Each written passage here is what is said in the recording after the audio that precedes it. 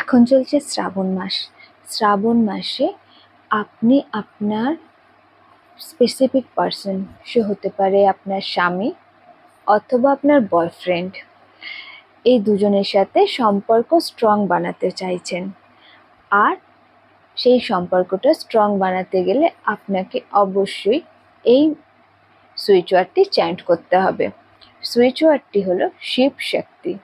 শিব শক্তি, এই সুইচ ওয়ার্ডটি পুরো দিন আপনি একবার, আধা ঘন্টা করে করতে পারেন, 10 মিনিট করে 3 বার করতে পারেন, আর 15 মিনিট করে 2 বারও করতে পারেন।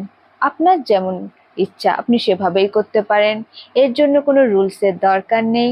উঠতে, হাঁটতে, চলতে, খেতে, বসতে যখন ইচ্ছা আপনি করতে পারেন।